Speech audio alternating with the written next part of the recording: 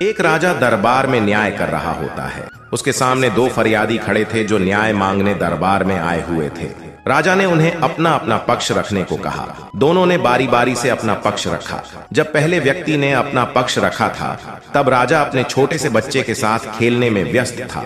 उनका ध्यान उसकी तरफ कम था। और जब दूसरे ने अपना पक्ष रखा, तो राजा ने उसकी पूरी बात ध्यान से सुनी, जिसके हिसाब से राजा ने अपना फैसला दूसरे फरियादी के हक में सुना दिया।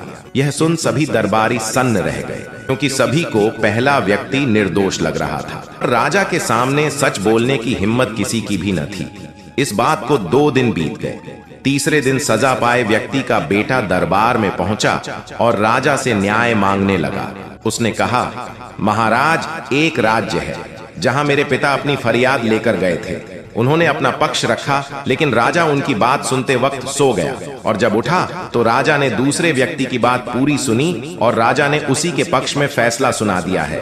हे राजा, अब आप ही बताएं, क्या यह फैसला उचित है? तब राजा ने कहा, यह तो गलत बात है। ऐसे वक्त पर दरबारी और फरियादी दोनों को ही राजा को सच्चाई से अवगत कराना चाहिए।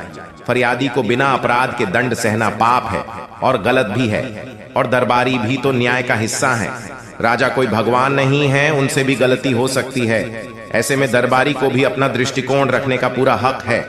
किसी भी न्याय प्रक्रिया पर राज्य की प्रतिष्ठा निर्भर करती है। अब यह बताओ कि वह कौन राजा है जिसने तुम्हारे पिता को दंड दिया है? राजा की बात समाप्त होने पर फरियादी के बेटे ने कहा, हे राजन, वह राजा आप हैं, और आपने ही मेरे पिता को सजा दी है। जब वे अपना पक्ष आपके सामने रख रहे थे, तब आप अपने पुत्र के साथ खेलने में व्यस्त थे, और इस कारण आपने पूरी बात नहीं सुनी। फिर आपके सामने बोलने की किसी में हिम्मत नहीं हुई थी, जिसके परिणाम स्वरूप पिछले 2 दिन से मेरे पिता सजा भोग रहे हैं। राजा ने यह बात सुनकर अपना न्याय बदला और दरबारियों को फटकार भी लगाई। इसके साथ ही राजा ने सत्य बोलने वाले उस फरियादी के पुत्र का अभिवादन किया और उसे पुरस्कार स्वरूप राज्य के कार्यशाला में पद भी दिया।